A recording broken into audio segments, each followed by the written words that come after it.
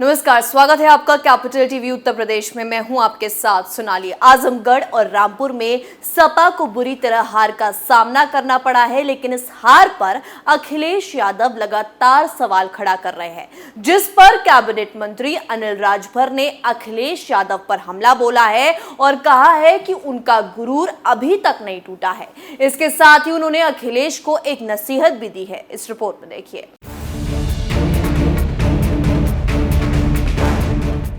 आजमगढ़ और रामपुर लोकसभा सीट पर हुए उपचुनाव में सपा को मिली करारी हार को लेकर कैबिनेट मंत्री अनिल राजभर ने अखिलेश यादव पर निशाना साधा है। उन्होंने कहा कि आजमगढ़ और रामपुर में बीजेपी के हाथों मिली हार के बावजूद सपा अध्यक्ष का गुरूर नहीं टूट रहा है। इसके साथ ही उन्होंने अखिलेश को जमीनी सच्चाई को जानने और जनता के आदेश का सम्मान करने की नसीहत भी दी।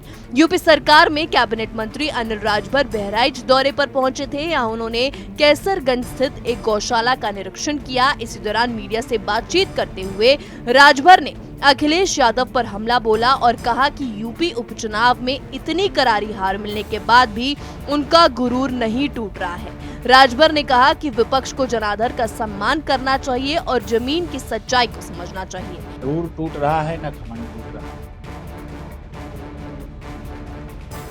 जमीनी हकीकत से कोसों दूर है।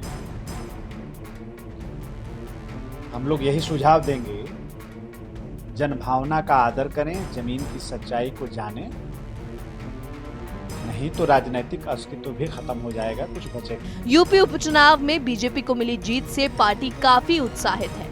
ये जीत इसलिए भी अहम हो जाती है क्योंकि 2024 में आम चुनाव होने हैं और अक्सर कहा जाता है कि केंद्र की सत्ता का रास्ता यूपी से ही होकर गुजरता है।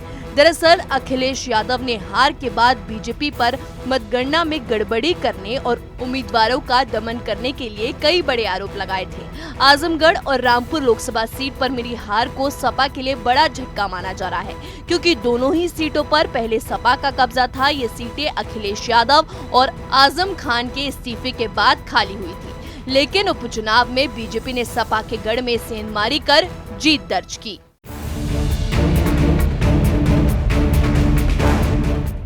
दो गढ़ खोने के बाद सपा पूरी तरीके से बौखला गई है। सपाई इस हार को पचा नहीं पा रहे हैं, जिस कारण को लगातार बीजेपी सरकार पर हमला बोल रहे हैं। लेकिन जनता ने साफ कर दिया है कि अगर आप काम करोगे तो जनता प्रतिनिधि बनाएगी, वरना आपको सत्ता से बाहर का रास्ता दिखा देगी। इस रिपोर्ट में मेरे साथ ही तमाम खबरों के लिए जुड़े रहिए कैपिटल टीवी उत्तर प्रदेश के साथ। नमस्कार।